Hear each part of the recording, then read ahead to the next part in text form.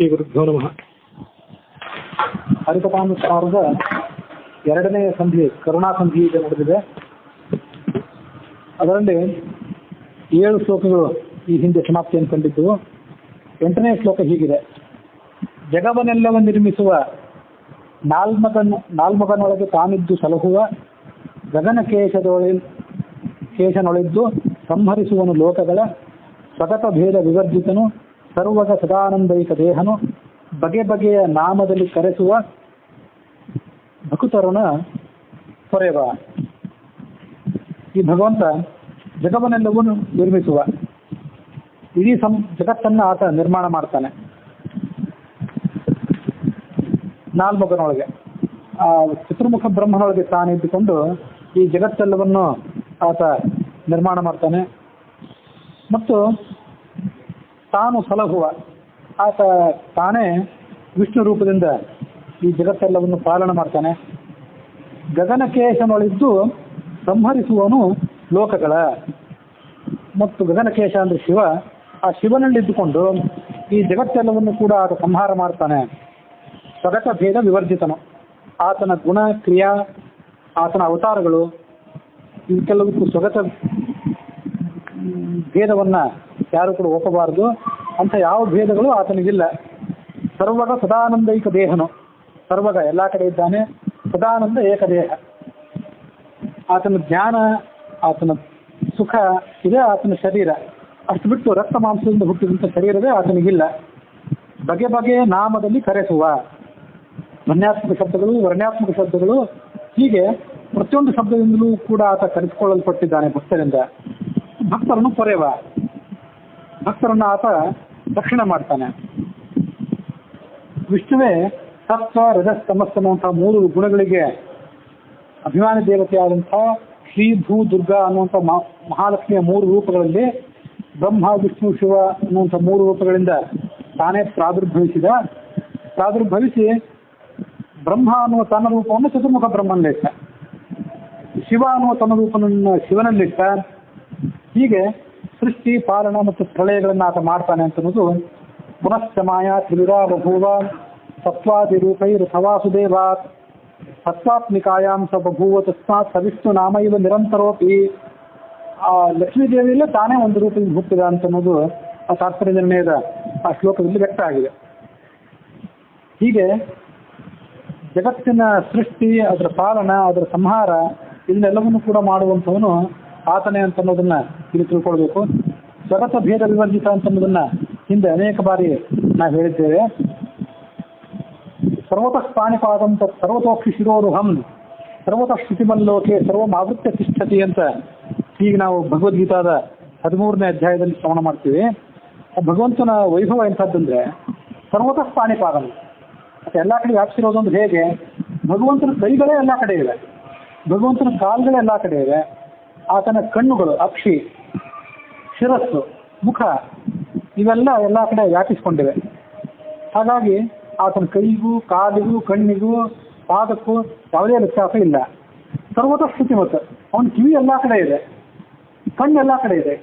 ಕಿವಿ ಕಣ್ಣು ಎಲ್ಲ ಕಡೆ ಇರೋದ್ರಿಂದ ಎಲ್ಲ ಕಡೆ ನಡೆದದ್ದನ್ನು ಆತ ತಿಳ್ಕೊಳ್ಬಲ್ಲ, ಕೇಳಿ ತಿಳಿಯಬಲ್ಲ ಮತ್ತು ಕಂಡು ತಿಳಿಯಬಲ್ಲ. ಕೈ ಎಲ್ಲ ಕಡೆ ಇರೋದ್ರಿಂದ, ಕಾಲು ಎಲ್ಲ ಕಡೆ ಇರೋದ್ರಿಂದ ಎಲ್ಲ ಕಡೆ ನಡೆಯುವಂಥ ಕೆಲಸಗಳನ್ನು ಆತ ಮಾಡ್ತಾನೆ. ಸರ್ವ ಆವೃತ್ತಿ ತಿಷ್ಠತಿ, ಜಗತ್ತೆಲ್ಲವನ್ನು ಆತ ಆವರಿಸಿಕೊಂಡು ನಿಂತಿದ್ದಾನೆ. ಹೀಗೆ ಆ ಭಗವಂತ ಸದಾನಂದೈಕ ದೇಹನು, ನಿತ್ಯ ಜ್ಞಾನ ಆನಂದದಿಂದ ಕೂಡಿದಂಥ ಶರೀರ ಇದ್ದವನು. ಅದು ನಮ್ಗೆ ಎಲ್ಲಿಂದ ಗೊತ್ತಾಗಿದೆ ಅಂದರೆ ಆ ಭಗವದ್ಗೀತಾದ 11ನೇ ಅಧ್ಯಾಯ ಇದೆಯಲ್ಲ, ವಿಶ್ವರೂಪಾಧ್ಯಾಯ. ಆ ವಿಶ್ವರೂಪಾಧ್ಯಾಯದಿಂದ ಹೀಗೆ ಗೊತ್ತಾಗಿದೆ. ವಿಶ್ವರೂಪಾಧ್ಯಾಯಾದೇಶ ರೂಪವಾನ್ ಅವಧೀಯತೆ ಅಂತ ಗೀತಾ ಮಾಧ್ವ ಭಾಷ್ಯ. ಹೀಗೆ ಭಗವಂತನನ್ನು ನಿರಾಕಾರ ನಿರ್ಗುಣ ಅಂತಂದೇಳಿ ಆತ ಸಾಕಾರ ಅಂತನ್ನೋದು ಅರ್ಜುನನಿಗೆ ಆತ ವಿಶ್ವರೂಪವನ್ನು ಏನು ತೋರಿಸಿದ ಅಲ್ಲಿ ಅದು ವ್ಯಕ್ತವಾಗಿದೆ. ಬಗೆ ಬಗೆಯ ನಾಮಗಳಿಂದ ಆತ ಕರೆಸ್ಕೊಂಡಿದ್ದಾನೆ ಅಂತಿದೆಯಲ್ಲ, ಆ ಬಗೆ ಬಗೆಯ ನಾಮಗಳು ಅಂತಂದ್ರೆ ದೇವತೆಗಳ ಹೆಸರುಗಳು, ಋಷಿಗಳ ಹೆಸರುಗಳು, ನದಿಯ ಹೆಸರುಗಳು, ಸ್ವರಾತ್ಮಕ ಧ್ವನ್ಯಾತ್ಮಕ ಶಬ್ದಗಳು, ವರ್ಣಾತ್ಮಕ ಶಬ್ದಗಳು, ವೈದಿಕ ಶಬ್ದಗಳು, ಪೌರಾಣಿಕ ಶಬ್ದಗಳು, ಹೀಗೆ ಎಲ್ಲಾ ಶಬ್ದಗಳಿಂದಲೂ ಕೂಡ ಆತ ಪ್ರತಿಪಾದ್ಯನಾಗಿದ್ದಾನೆ ಅಂತ ನಾವು ತಿಳ್ಕೊಳ್ಬೇಕು.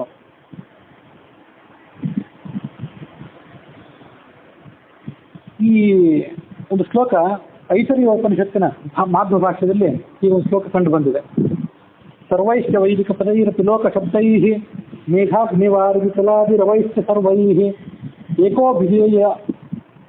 ಏಕೋಭಿಧೇಯ ಪರಿಪೂರ್ಣ ಗುಣಪ್ರಿಯೋಲಂ ನಾರಾಯಣೋ ಮಮ ಸದೈವ ಸುತುಷ್ಟಿಮೇತು ಅಂತ ಹೀಗೆ ಭಗವಂತನ ಸರ್ವಶಬ್ದ ವಾಚ್ಯತ್ವವನ್ನು ಪ್ರತಿಪಾದನೆ ಮಾಡುವಂಥ ಶ್ಲೋಕ ಅದು.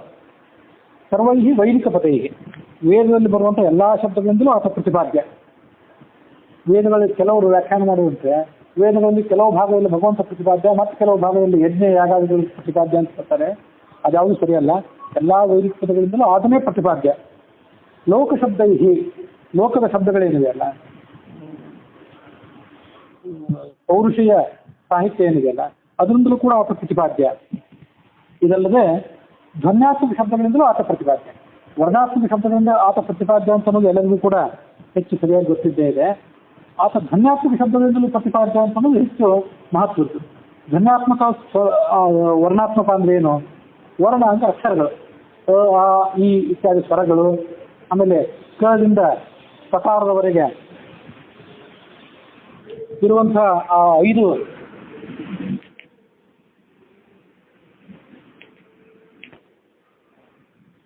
5 ವರ್ಗೀಯ ವ್ಯಂಜನಗಳಿಂದ ಪ್ರತಿಪಾದ್ಯ. ಆಮೇಲೆ ಅವರ್ಗೀಯ ವ್ಯಂಜನಾಕ್ಷರಗಳಿವೆ, ಇವನ್ನೆಲ್ಲ ವರ್ಣ ಅಂತ ಕರೀತಾರೆ. ಈ ವರ್ಣಗಳ ಮೇಲಣದಿಂದ ಪದಗಳು ಸೃಷ್ಟಿಯಾಗಿವೆ. ಆ ಪದಗಳಿಂದ ಭಗವಂತ ಪ್ರತಿಪಾದ್ಯ ಅಂತ ಅನ್ನೋದು ಎಲ್ಲರಿಗೂ ಕೂಡ ಸ್ಪಷ್ಟ ಆಗಿದೆ. ಅದಂತೂ ಗೊತ್ತಿದ್ದದ್ದೇ. ಪ್ರತಿಯೊಂದು ಪದಕ್ಕೂ ಕೂಡ ಘಟ ಅಂದ್ರೆ ಗಡಿಗೆ, ಪಟ ಅಂದ್ರೆ ಬಟ್ಟೆ, ಕುಡ್ಡೆ ಅಂದ್ರೆ ಗೋಡೆ, ಹೀಗೆ ಮೂಷಕ, ಮಾರ್ಜಾರ, ಬೆಕ್ಕು, ನಾಯಿ, ಇದು ಇತ್ಯಾದಿ ಶಬ್ದಗಳನ್ನೇನು ಹೇಳ್ತೀವಲ್ಲ, ಈ ಎಲ್ಲ ಶಬ್ದಗಳಿಂದ ಕೂಡ ಆತ ಪ್ರತಿಪಾದ್ಯನೇ ಆಗಿದ್ದಾನೆ. ಯಾಕೆಂದ್ರೆ ಆ ಪ್ರತಿಯೊಂದು ಶಬ್ದಗಳಿಗೂ ಕೂಡ ಒಂದು ನಿಷ್ಪತ್ತಿ ಇದೆ. ಯಾವ ಪ್ರತ್ಯಯ, ಯಾವ ಧಾತು ಅದರಿಂದ ಹುಟ್ಟಿದೆ ಅಂತ ನಾವು ತೋರಿಸ್ಕೊಡ್ತೇವೆ. ಹಾಗೆ ಅದನ್ನು ವಿವರಿಸ್ತಾ ಹೋದಾಗ ಆತ ಅದರಿಂದ ಪ್ರತಿಪಾದ್ಯನಾಗಿದ್ದಾನೆ. ಅದರಲ್ಲಿ ಯಾವುದೇ ಸಂಶಯ ಇರೋದಿಲ್ಲ. ಆದರೆ ಧ್ವನ್ಯಾತ್ಮಕ ಶಬ್ದಗಳಿಂದ ಹೇಗೆ ಪ್ರತಿಪಾದ್ಯ ಅಂತ ಅನ್ನೋದನ್ನ ನಾವು ಮನಗಾಣಬೇಕು, ಮನವರಿಕೆ ಮಾಡ್ಕೊಳ್ಬೇಕು. ಧ್ವನ್ಯಾತ್ಮಕ ಶಬ್ದಗಳು ಅಂತಂದ್ರೆ ಅದನ್ನ ಶಬ್ದವನ್ನು ಹುಟ್ಟಿಸಿದಾಗ ಅದು ಯಾವ ಶಬ್ದ ಅಂತ ಸ್ಪಷ್ಟವಾಗಿ ಯಾರಿಗೂ ಹೇಳಲಿಕ್ಕೆ ಬರೋದಿಲ್ಲ. ಅದನ್ನು ಧ್ವನ್ಯಾತ್ಮಕ ಶಬ್ದಗಳು ಅಂತ ಹೇಳ್ತಾರೆ. ಮೋಡ ಗುಡುಗಿದ ಶಬ್ದ, ನದಿ ಹರಿಯುವ ಶಬ್ದ, ಸಮುದ್ರದ ಶಬ್ದ, ಇವನ್ನೆಲ್ಲವನ್ನು ಕೂಡ ಧ್ವನ್ಯಾತ್ಮಕ ಶಬ್ದಗಳು ಅಂತ ಕರೀತಾರೆ. ಆ ಶಬ್ದಗಳನ್ನ ಸರಿಯಾಗಿ ಗುರುತಿಸ್ಲಿಕ್ಕೆ ಬರೋದಿಲ್ಲ ನಮಗೆ. ನೈಸರ್ಗಿಕವಾದ ಶಬ್ದಗಳಾಗಿರ್ಬೋದು ಅಥವಾ ಅನೈಸರ್ಗಿಕವಾಗಿ ನಾವು ಹುಟ್ಟಿಸಿದಂಥ ಶಬ್ದಗಳಾಗಿರ್ಬೋದು, ಇದ್ಯಾವುದನ್ನು ಕೂಡ ಇಂಥದೇ ವರ್ಣ ಇದು ಅಂತ ನಮ್ಗೆ ನಿರ್ದಿಷ್ಟವಾಗಿ ಗುರುತಿಸ್ಲಿಕ್ಕೆ ಬರೋದಿಲ್ಲ. ಆದರೂ ಕೂಡ ಭಗವಂತ ಅವುಗಳಿಂದ ಪ್ರತಿಪಾದ್ಯ ಅಂತ ಅನ್ನೋದನ್ನ ಅರ್ಥ ಮಾಡ್ಕೊಳ್ಬೇಕು. ಈಗ ಮೇಘ, ಅಗ್ನಿ, ವಾರಿಧಿ. ಮೇಘ ಅಂದ್ರೆ ಮೋಡ, ಅಗ್ನಿ ಅಂದ್ರೆ ಬೆಂಕಿ, ವಾರಿಧಿ ಅಂತಂದ್ರೆ ಸಮುದ್ರ, ವಾರಿಧಿ ತಲ ಅಂದ್ರೆ ಸಮುದ್ರ ತಳ, ಪ್ರವೈಶ್ಯ ಸರ್ವೈಹಿ, ಈ ಎಲ್ಲ ಶಬ್ದಗಳಿಂದ ಆತ ಪ್ರತಿಪಾದ್ಯನಾಗಿದ್ದಾನೆ ಅಂತ ತಿಳ್ಕೊಳ್ಬೇಕು. ಏಕಃ ಅಭಿಧೇಯ ಪೂರ್ಣ ಗುಣ. ಆ ಶಬ್ದಗಳು ಏನನ್ನು ಹೇಳ್ತಾವಂದ್ರೆ ಆ ಭಗವಂತನ ಗುಣಗಳನ್ನಷ್ಟೇ ಪ್ರತಿಪಾದನೆ ಮಾಡ್ತವೆ. ಅಂಥ ನಾರಾಯಣ ನನಗೆ ಸುತುಷ್ಟನಾಗಲಿ ಅಂತ ಆ ಶ್ಲೋಕ ಹೇಳಿದೆ. ಅದನ್ನ ಅರ್ಥ ಮಾಡ್ಕೊಳ್ಳೋದು ಹೇಗೆ, ಧ್ವನಿಗಳು ಭಗವಂತನ ಹೇಳೋದು ಹೇಗೆ ಅಂತ ಅನ್ನೋದನ್ನ ಐತರಿಯ ಉಪನಿಷತ್ತಿನಲ್ಲಿ ಇತ್ಯಾದಿಗಳಲ್ಲಿ ವಿಸ್ತಾರವಾಗಿ ಹೇಳಿದ್ದಾರೆ. ಅದರದ್ದೊಂದು ಸ್ವಲ್ಪ ವಿಶ್ಲೇಷಣೆಯನ್ನ ನಾನು ನಿಮ್ಮೆದುರಿಗೆ ಇವತ್ತು ಮಾಡಬೇಕಂತ ಅಪೇಕ್ಷೆ ಪಡ್ತೀನಿ. ಐತರಿಯ ಉಪನಿಷತ್ತಿನಲ್ಲಿ, ಋಗ್ಭಾಷ್ಯದಲ್ಲಿ, ಕರ್ಮಜನಯದಲ್ಲಿ, ಸುಧಾದ ಪ್ರಸಿದ್ಧ ಅಧಿಕರಣದಲ್ಲಿ ಅನೇಕ ಕಡೆ ಅದರ ವಿವರಣೆ ಬಂದಿದೆ. ಅದನ್ನ ಅರ್ಥೈಸ್ಕೊಳ್ಳೋದು ಹೇಗೆ, ಅದಕ್ಕೆ ಅರ್ಥ ಏನು? ವರ್ಣಾತ್ಮಕ ಶಬ್ದಗಳಿಗಾದ ಅರ್ಥ ಇದೆ, ಧ್ವನ್ಯಾತ್ಮಕ ಶಬ್ದಗಳಿಗೆ ಅರ್ಥ ಇಲ್ಲಲ್ಲ. ಮೋಡ ಗುಡುಗಿದ್ರೆ ಅದಕ್ಕೆ ಅರ್ಥ ಏನು? ಅದಕ್ಕೊಂದು ಮೀನಿಂಗ್ ಇರೋದಿಲ್ಲಲ್ಲ. ಹಾಗಾಗಿ ಅದರಿಂದ ಪ್ರತಿಪಾದನೆ ಹೇಗೆ? ಕಿಮು ವೇದಾಹ, ಹೀಗೆ ಐತರೆಯ ಮಾತೃಭಾಷ್ಯದಲ್ಲಿದೆ. ವೇದಗಳನ್ನು ಯಾಕೆ ಹೇಳಬೇಕು? ಸಮುದ್ರ, ಮೇಘ, ವೃಕ್ಷಪತನ, ಭೇರೀತಾಡನಾದಿ ಸರ್ವಘೋಷಾ ಅಪಿ. ಸಮುದ್ರದ ಘೋಷ, ಮೇಘದ ಗುಡುಗು, ವೃಕ್ಷದ ಪತನ, ಯಾವುದೋ ವೃಕ್ಷ ಅಲುಗಾಡುವ ಶಬ್ದ, ಭೇರೀತಾಡನದ ಶಬ್ದ, ನಗಾರಿಯನ್ನ ಬಾರಿಸುವ ಶಬ್ದ, ಕಹಳೆಯನ್ನು ಊದುವ ಶಬ್ದ, ಗೆಜ್ಜೆಯ ಶಬ್ದ, ಹಲ್ಲಿ ಲುಸುಗುಟ್ಟುವ ಶಬ್ದ, ಆನೆ ಗೀಳಿಡುವುದು, ಕುದುರೆ ಕೆನೆಯುವುದು, ಅದರಂತೆ ಆತಳು ಅಂಬ ಅನ್ನೋದು, ಇವೆಲ್ಲ ಶಬ್ದಗಳಿಂದಲೂ ಕೂಡ ಆತ ವಾಚ್ಯನಾಗಿದ್ದಾನೆ. ಯಥಾಯೋಗ್ಯಂ ಯೋಜನೀಯಾನೆ. ಇದನ್ನ ಹೇಗೆ ಆತ ಪ್ರತಿಪಾದ್ಯನಾಗಿದ್ದಾನೆ ಅಂತ ಅನ್ನೋದನ್ನ ಇವತ್ತು ನಿಮ್ಮೆದುರಿಗೆ ಹೇಳ್ತೀನಿ. ನೀವೆಲ್ಲ ಪ್ರಾಜ್ಞರೇ ಆಗಿದ್ದೀರಿ. ಸಾಕಷ್ಟು ಪುರಾಣ ಇತ್ಯಾದಿಗಳನ್ನು ಶ್ರವಣ ಮಾಡಿದ್ದೀರಿ. ಅದಕ್ಕಾಗಿ ಹೇಗೆ ಪ್ರತಿಪಾದ್ಯ ಅಂತ ಅನ್ನೋದನ್ನ ಇವತ್ತು ನಿಮ್ಮ ಎದುರಿಗೆ ಹೇಳ್ತೀನಿ, ಅದನ್ನು ಗಮನಿಸಿ ನೀವು. ಉಪನಿಷತ್ ಹೀಗೆ ಹೇಳಿದೆ, ಯದ್ವಾಚಮಿತಿ ಓಮಿತಿ ಯಚ್ಚ ನೇತಿ ಯಚ್ಚಾಶ್ಚಾಕ್ರೂರಂ ಕರ್ಮ ಯದಿಚೋಲ್ಬಣಿಷ್ಣು ಯದ್ವೀಯೂಯ ಕವಯೋ ಅನ್ವವಿಂದನ್ ನಾಮಾದತ್ತ ಸಮತೃಪ್ಯನ್ಭೃತ್ಯೇದಿ ಯಸ್ಮಿನ್ ನಾಮ ಸಮತೃಪ್ಯನ್ಭೃತ್ಯೇದಿ ತತ್ತದೇವ ಸರ್ವಯುಜೋ ಭವಂತಿ ತೇನ ಪಾಪ್ಮಾನಮಪಹತ್ಯ ಬ್ರಹ್ಮಣ ಸ್ವರ್ಗಂ ಲೋಕಮುಪೇತ್ಯ ವಿದ್ವಾನ್. ಯಾರು ಆ ಭಗವಂತ ಸರ್ವ ಶಬ್ದಗಳಿಂದ ಪ್ರತಿಪಾದ್ಯನಾಗಿದ್ದಾನೆ ಅಂತ ತಿಳ್ಕೊಂಡಿದ್ದಾರೆ, ಅಕಾರಾದ ನಾಮಗಳಿಂದ ಪ್ರತಿಪಾದ್ಯನಾಗಿದ್ದಾನೆ ಅಂತ ತಿಳ್ಕೊಂಡಿದ್ದಾರೆ, ಅವರೇ ಭಗವಂತನ ಮಹಿಮೆಯನ್ನು ನಿಜವಾಗಿ ತಿಳ್ಕೊಂಡಂಥವ್ರು. ಜ್ಞಾನ ಪಕ್ವ ಆದಾಗ ಅವರು ಕೃತಕೃತ್ಯರಾಗ್ತಾರೆ. ಅವರು ತಮ್ಮ ಎಲ್ಲ ಕರ್ಮಗಳನ್ನು ಕಳೆದುಕೊಂಡು ಭಗವಂತನ ಲೋಕವನ್ನ ಪಡ್ಕೋತಾರೆ. ಸ್ವರ್ಗಂ ಉಪೈತಿ ವಿದ್ವಾನ್ ಅಂತ ಉಪನಿಷತ್ತು ಹೇಳಿದೆ. ಈ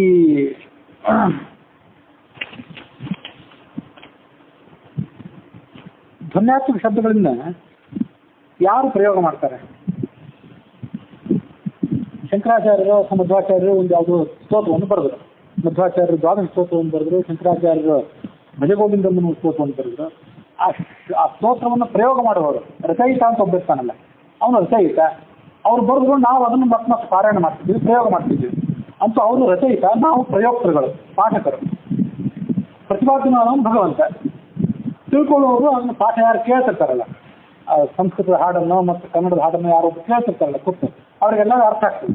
ಆದರೆ ಧ್ವನ್ಯಾತ್ಮಕ ಶಬ್ದಗಳನ್ನ ಭಗವಂತನಿಗೆ ಪ್ರತಿಪಾದಕ ಅಂತ ತಿಳ್ಕೊಳ್ಳುವವರು ಯಾರು? ಅದನ್ನು ಪ್ರಯೋಗ ಮಾಡುವವರು ಯಾರು? ಪ್ರತಿಪಾದ್ಯ ಭಗವಂತ ಅನ್ನೋದು ಸರಿ, ಅದನ್ನು ಪ್ರಯೋಗ ಮಾಡುವವರು ಯಾರು? ತಿಳ್ಕೊಳ್ಳೋರು ಯಾರು? ಅದು ಬೇಕಲ್ಲ ಅಂತಂದ್ರೆ ಅದನ್ನ ಹೀಗೆ ಅರ್ಥ ಮಾಡ್ಕೋಬೇಕು. ಸಕಲ ಈ ಪ್ರಕೃತಿಯ ನೈಸರ್ಗಿಕ ವಸ್ತುಗಳೆಲ್ಲವೂ ಕೂಡ ಪ್ರಕೃತಿಯಲ್ಲೇ ಸೇರ್ಕೊಂಡಿವೆ. ಪ್ರಕೃತಿಯಲ್ಲಿ ಸೇರ್ಕೊಂಡಿರೋದ್ರಿಂದ ಪ್ರಕೃತಿ ಅದನ್ನು ಪ್ರಯೋಗ ಮಾಡಿದೆ ಅಂತ ತಿಳ್ಕೊಳ್ಬೇಕು. ಮೂಲತಃ ಭಗವಂತನ ನಂತರ ಇರುವಂಥ ಸ್ಥಾನ ಏನಿದೆ ಅದು ಪ್ರಕೃತಿಗೆ ಸಲ್ಲುವಂಥ ಸ್ಥಾನ. ಪ್ರಕೃತಿ ಆ ಶಬ್ದಗಳನ್ನು ಪ್ರಯೋಗ ಮಾಡ್ತಿದೆ. ಮತ್ತು ಪ್ರಕೃತಿ ಒಂದೇ ಪ್ರಯೋಗ ಮಾಡ್ತಿಲ್ಲ, ಆ ಪ್ರಕೃತಿ ಅಧೀನವಾಗಿ ಇರುವಂತಹ ಸತ್ವಾಭಿಮಾನಿ ದೇವತೆಗಳಿದ್ದಾರಲ್ಲ, ಅವರು ಕೂಡ ಪ್ರಯೋಗ ಮಾಡ್ತಿದ್ದಾರೆ ಅಂತ ತಿಳ್ಕೊಳ್ಬೇಕು. ಆದರೆ ಎಲ್ಲಾ ಸತ್ವಾಭಿಮಾನಿ ದೇವತೆಗಳು ಎಲ್ಲಾ ಕಡೆ ವ್ಯಾಪ್ತರಲ್ಲ. ಮೋಡದ ಗುಡುಗು, ಸಮುದ್ರದ ಶಬ್ದ, ನದಿಯ ಶಬ್ದ, ಹೀಗೆ ನಾನಾ ಥರದ ಶಬ್ದಗಳಿವೆ. ಎಲ್ಲಾ ಕಡೆ ಇಲ್ಲಿ ಇರಬಲ್ಲಂತಹದ್ದು, ಎಲ್ಲಾ ಕಡೆ ಆ ಶಬ್ದಗಳನ್ನು ಪ್ರಯೋಗ ಮಾಡಬಲ್ಲಂತಹದ್ದು ಪ್ರಕೃತಿ. ಉಳಿದ ಸತ್ವಾಭಿಮಾನಿ ದೇವತೆಗಳು ಎಲ್ಲಾ ಕಡೆ ಇಲ್ಲ. ಆದ್ದರಿಂದ ಯಥಾಯೋಗ್ಯವಾಗಿ ಯಾವ್ಯಾವ ಸತ್ವಾಭಿಮಾನಿ ದೇವತೆಗಳು ಎಲ್ಲೆಲ್ಲಿದ್ದಾರೋ ಅವರು ಮತ್ತು ಪ್ರಕೃತಿ ಅಂತೂ ಎಲ್ಲಾ ಕಡೆ ಇದ್ದಾರೆ, ಅವಳು ಈ ಶಬ್ದಗಳನ್ನು ಭಗವಂತನಿಗಾಗಿ ಪ್ರಯೋಗ ಮಾಡ್ತಿದ್ದಾಳೆ ಅಂತ ತಿಳ್ಕೊಳ್ಬೇಕು. ಮತ್ತು ಆ ಶಬ್ದಗಳನ್ನು ಭಗವಂತನಿಗಾಗಿ ಅವಳು ಪ್ರಯೋಗ ಮಾಡಿದ್ದಾಳೆ ಅಂತ ತಿಳ್ಕೊಳ್ಳೋರು ಯಾರು? ಜನಸಾಮಾನ್ಯರಿಗೆ ಗೊತ್ತಾಗಬೇಕಲ್ಲ. ಜನಸಾಮಾನ್ಯರ ಎದುರಿಗೆ ದ್ವಾದಶ ಸ್ತೋತ್ರ ಓದಿದ್ರು, ಶಂಕರಾಚಾರ್ಯರ ಭಜಗೋವಿಂದಂ ಅಂತ ಓದಿದ್ರು, ಆ ಸಂಸ್ಕೃತ ಶಬ್ದ ಅವ್ರಿಗೆ ಗೊತ್ತಾಗೋದಿಲ್ಲ. ಅದೇ ಇಲ್ಲಿ ಕನ್ನಡದ ಯಾವ್ದಾದ್ರು ಹಾಡಿದ್ರೆ, ಈ ಕನ್ನಡದ ಹಾಡಾದ್ರೂ ಕೂಡ ಭಗವಂತನ ಹೇಳ್ತಿದೆ ಅಂತ ಆ ಸಂದರ್ಭದಲ್ಲಿ ಒಂದು ತಲ್ಲೀನತೆ ಬಂದು ಅದ್ರ ಅರ್ಥ ಯಾರಿಗೆ ತಿಳಿಸ್ತದೆ? ಆ ಹಂತವನ್ನು ಯಾರು ತಲುಪಿರ್ತಾರೆ? ಕೆಲವರಿಗೆ ಕನ್ನಡದ ಹಾಡು ತಿಳಿದಿತ್ತು, ಮತ್ತೆ ಕೆಲವರಿಗೆ ಸಂಸ್ಕೃತ ಹಾಡುಗಳು, ಸಂಸ್ಕೃತ ಪದ್ಯಗಳು, ಶ್ಲೋಕಗಳು, ಗೀತಗಳು ತಿಳಿದಾವು. ಮೋಡದ ಗುಡುಗನ್ನ ಭಗವಂತನಿಗೆ ಪ್ರತಿಪಾದಕ ಅಂತ ಲಕ್ಷ್ಮೀದೇವಿ ಹಾಡ್ತಾ ಹೋದ್ರೆ, ಆಕೆ ನದಿಯ ರೂಪದಲ್ಲಿ ಹರಿದರೆ ಅದು ಗೊತ್ತಾಗೋದು ಯಾರಿಗೆ ಅಂದ್ರೆ ಜ್ಞಾನಿಗಳಿಗೆ. ಇದೆಲ್ಲವೂ ಕೂಡ ಜ್ಞಾನಿಗಳ ಸಲುವಾಗಿ ಅಂತ ತಿಳ್ಕೊಳ್ಬೇಕು. ಅಜ್ಞಾನಿಗಳಿಗೆ ವೈದಿಕ ಶಬ್ದವೂ ತಿಳಿಯೋದಿಲ್ಲ, ಪೌರಾಣಿಕ ಶಬ್ದವೂ ತಿಳಿಯೋದಿಲ್ಲ. ಹಾಗಾಗಿ ಜ್ಞಾನಿಗಳ ಸಲುವಾಗಿ ಆಕೆ ಆ ಶಬ್ದಗಳನ್ನು ಪ್ರಯೋಗ ಮಾಡ್ತಿದ್ದಾಳೆ, ಭಗವಂತನನ್ನು ಕುರಿತು ಪ್ರಯೋಗ ಮಾಡಿದ್ದಾಳೆ, ಭಗವಂತನ ಹಾಡಿದ್ದಾಳೆ ಅಂತ ಅರ್ಥ ಮಾಡ್ಕೊಳ್ಬೇಕು. ಅದು ಹೇಗೆಂದ್ರೆ ಒಂದು ಕೆಲವು ಉದಾಹರಣೆಗಳನ್ನು ನಾನು ಕೊಡಬೇಕು ಅಂತ ಅಪೇಕ್ಷೆ ಪಡ್ತೀನಿ. ಅದನ್ನು ನೀವು ಆ ವಿಶ್ಲೇಷಣೆಯನ್ನು ಗಮನಿಸಿ. ಈಗ ನಾನು ಹೇಳ್ತಿರೋ ವಿಶ್ಲೇಷಣೆ ಏನಿದೆಯಲ್ಲ, ಇದು ಅಂತಿಮವಾದ ವಿಶ್ಲೇಷಣೆ ಏನಲ್ಲ. ಒಂದಿಬ್ಬರು ಪಂಡಿತರನ್ನು ಮಾತಾಡ್ಲಿಕ್ಕೆ ಸಾಧ್ಯ ಆಯಿತು. ಅವರು ಇದು ಯೋಗ್ಯ ಆಗಿದೆ ಅಂತ ಒಪ್ಕೊಂಡ್ರು. ಆದರೂ ಕೂಡ ಭಗವಂತ ಧ್ವನ್ಯಾತ್ಮಕ ಶಬ್ದಗಳಿಂದ ವಾಕ್ಯ ಅನ್ನೋ ಸಂಗತಿ ಎಲ್ಲ ಗ್ರಂಥಗಳಲ್ಲಿ ಬಂದಿದೆ. ಅಂದ್ರೆ ಅದರ ವಿಶ್ಲೇಷಣೆ ನಮಗೆಲ್ಲಿ ಕಂಡಿಲ್ಲ ಇಲ್ಲಿ ತನಕ. ಅನಂತವಾದ ಸಾಹಿತ್ಯ ರಾಶಿ ಇದೆ, ಅಲ್ಲಲ್ಲಿ ಎಲ್ಲರೂ ಇರ್ಬೋದು, ನಮಗದು ಗಮನಕ್ಕೆ ಬಂದಿಲ್ಲ. ಹಾಗಾಗಿ ಹೇಳ್ತಿರುವಂಥ ವಿಶ್ಲೇಷಣೆ, ಈಗ ಮಾಡ್ತಿರುವಂಥ ವಿಶ್ಲೇಷಣೆ ಇದು ನನ್ನ ಆಲೋಚನೆಯಿಂದ ಹೊರಟಿದ್ದು.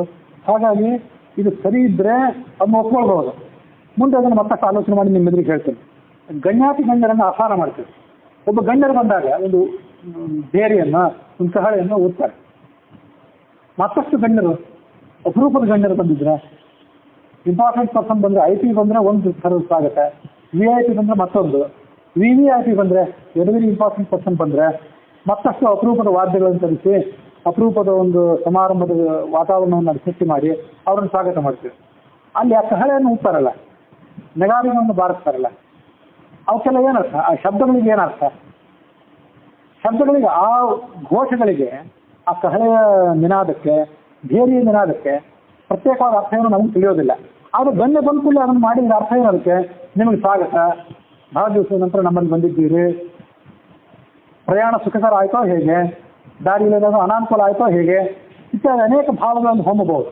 ಇದನ್ನು ವಿಚಾರ ಮಾಡಿ. ಬಾಯಿಯಿಂದ 4 ಮಾತಾಡಿದರೆ ಎಷ್ಟು ಮಾತಾಡಿರ್ತೀವೋ ಅಷ್ಟೇ ಅರ್ಥ.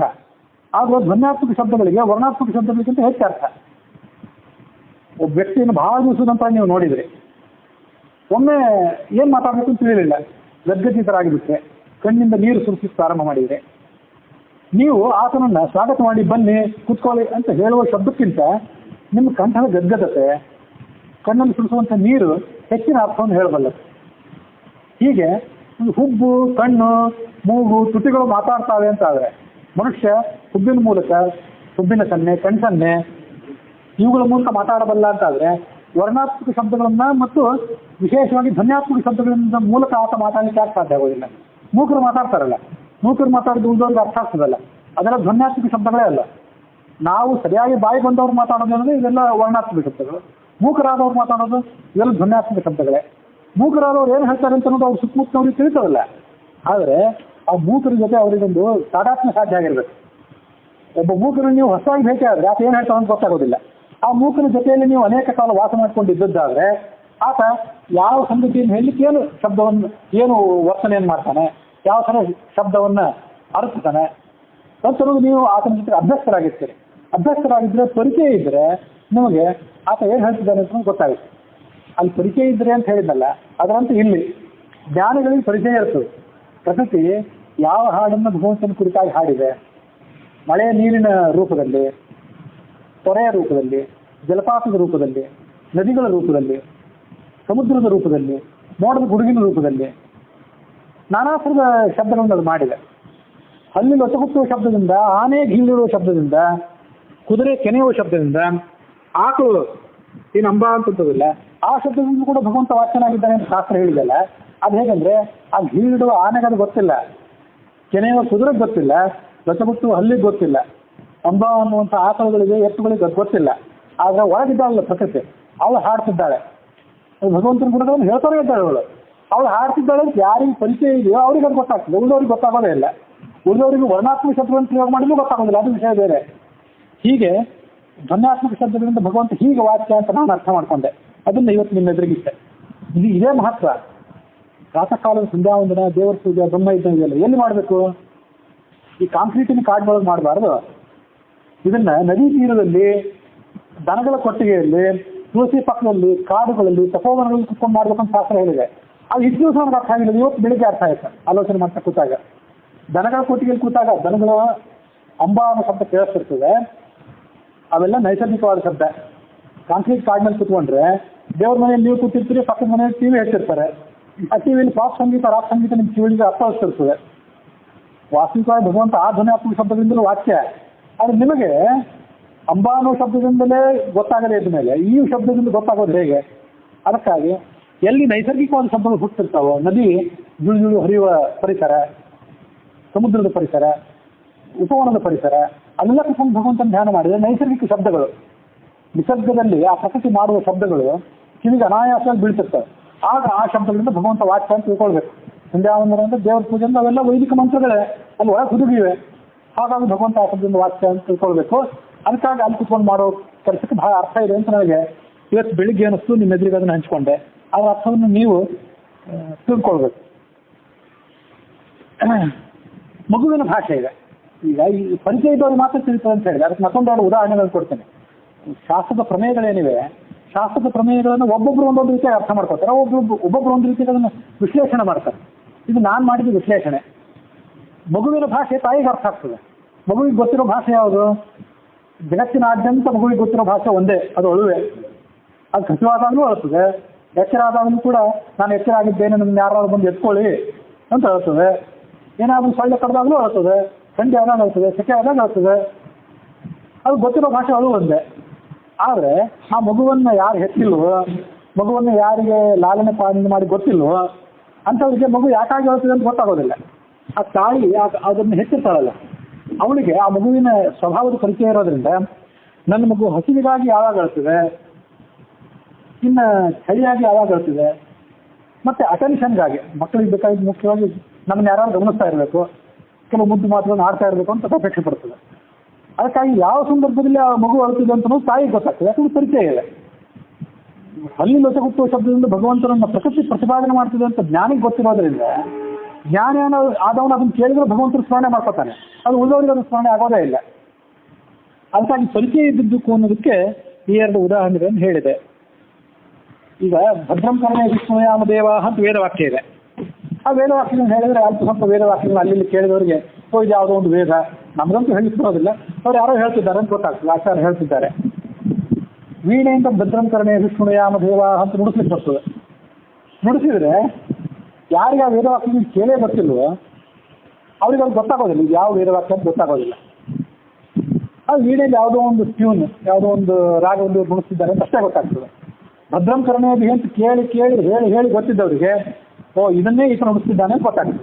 ಅದು ಪರಿಚಯ. ಪರಿಚಯ ಜ್ಞಾನಿಗೆ ಮಾತ್ರ ಧನ್ಯಾತ್ಮಕ ಶಬ್ದಗಳಿಂದ ಭಗವಂತ ವಾಕ್ಯ ಅನ್ನೋದು ಹೇಗೆ ಅಂತ ಗೊತ್ತಾಗ್ತದೆ ಅನ್ನೋದಕ್ಕಾಗಿ ಈ ಎಲ್ಲ ಉದಾಹರಣೆಗಳನ್ನ ಒಂದೊಂದಾಗಿ ಹೊರಗೆ ತೆಗಿತಿದ್ದೇನೆ ಅಷ್ಟೇ. ವೀಣೆಯ ಶಬ್ದ ಬೇರೆಯವ್ರಿಗೆ ಗೊತ್ತಾಗೋದಿಲ್ಲ.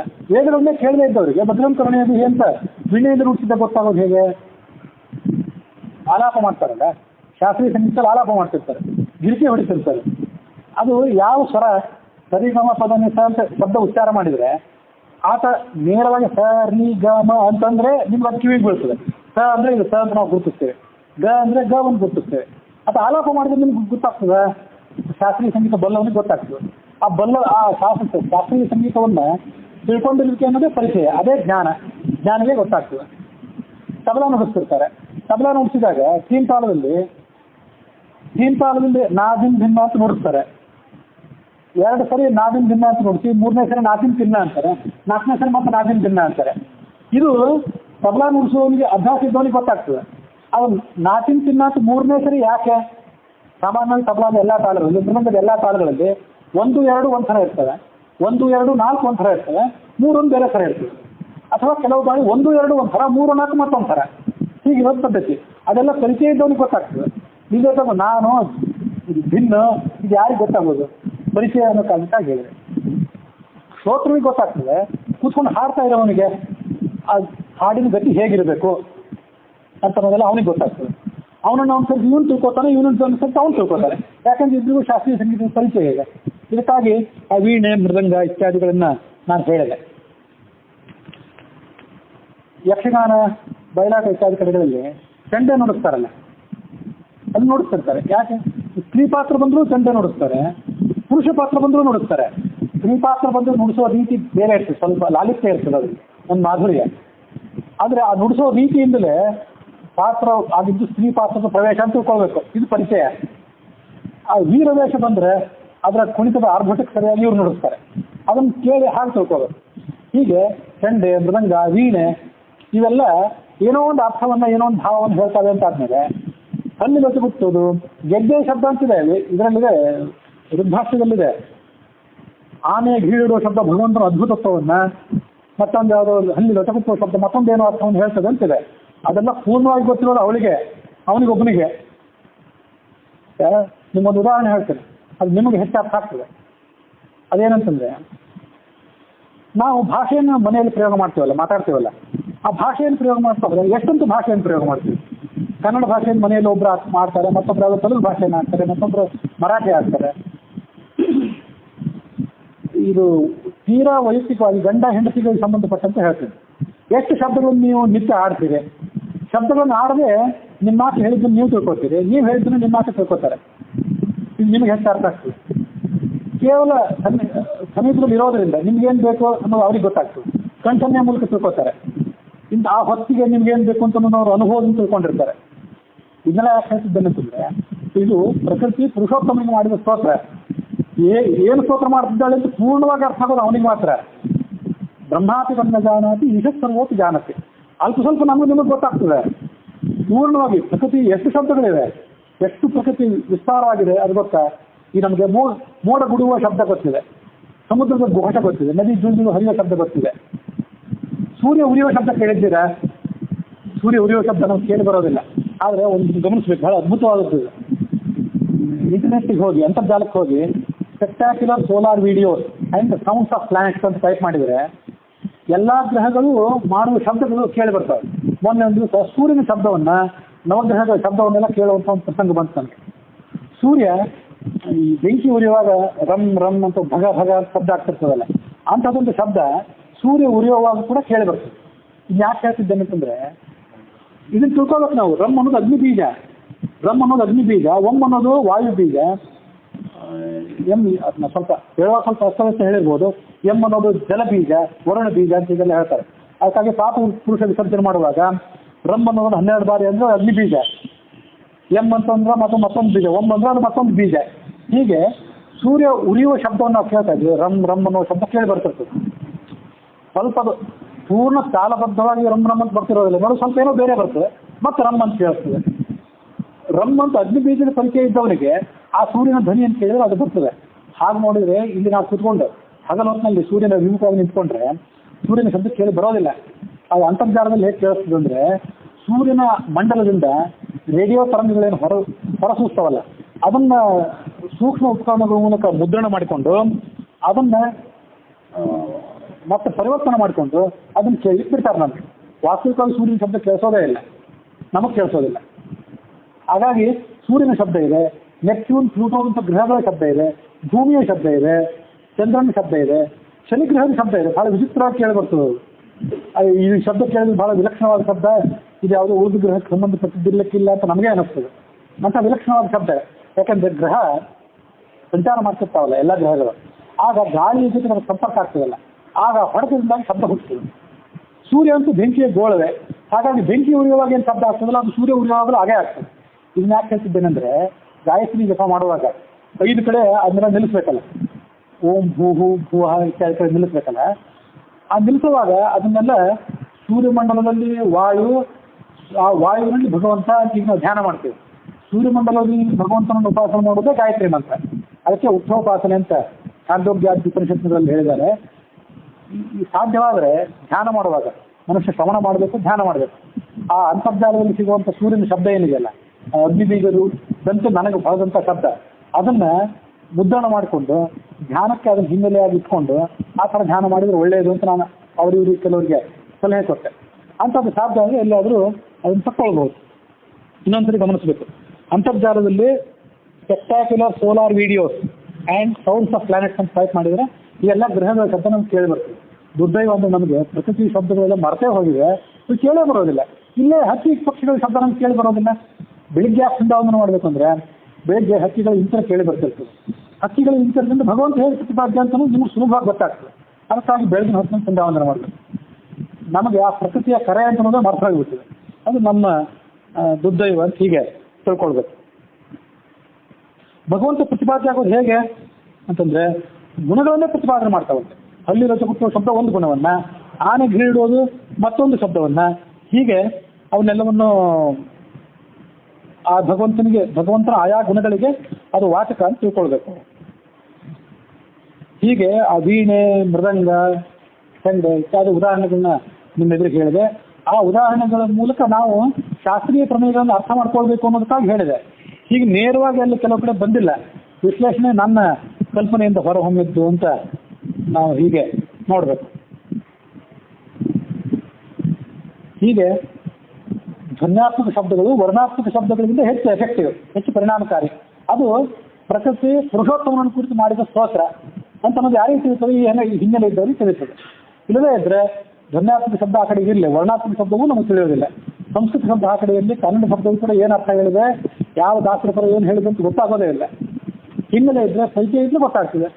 ತಾಯಿಗೆ ಮಗುವಿನ ಅಳು ಗೊತ್ತಾಗಂತೆ, ಗಂಡನಿಗೆ ಹೆಂಡತಿಯ ಬೇಕು ಬೇಡಗಳು ಅರಿವಾದಂತೆ, ಹೆಂಡತಿಗೆ ಗಂಡನ ಬೇಕು ಬೇಡ ಅರಿವಾದಂತೆ. ಹೀಗೆ ಬಗೆ ಬಗೆಯ ನಾಮದಲ್ಲಿ ಅಂತಂದರೆ ಹೀಗೆ ಅನುಸಂಧಾನ ಮಾಡ್ಕೊಳ್ಬೇಕು ಅಂತನ್ನುವಲ್ಲಿಗೆ ಹರಿಕಥಾಮೃತಸಾರದ ಆ ಶ್ಲೋಕ ಏನಿದೆ, ಕರುಣಾಸಂಧಿ 8ನೇ ಶ್ಲೋಕ, ಅದು ಇಲ್ಲಿಗೆ ಸಮಾಪ್ತಿಯನ್ನು ಕಂಡಿದೆ. ವರ್ಣ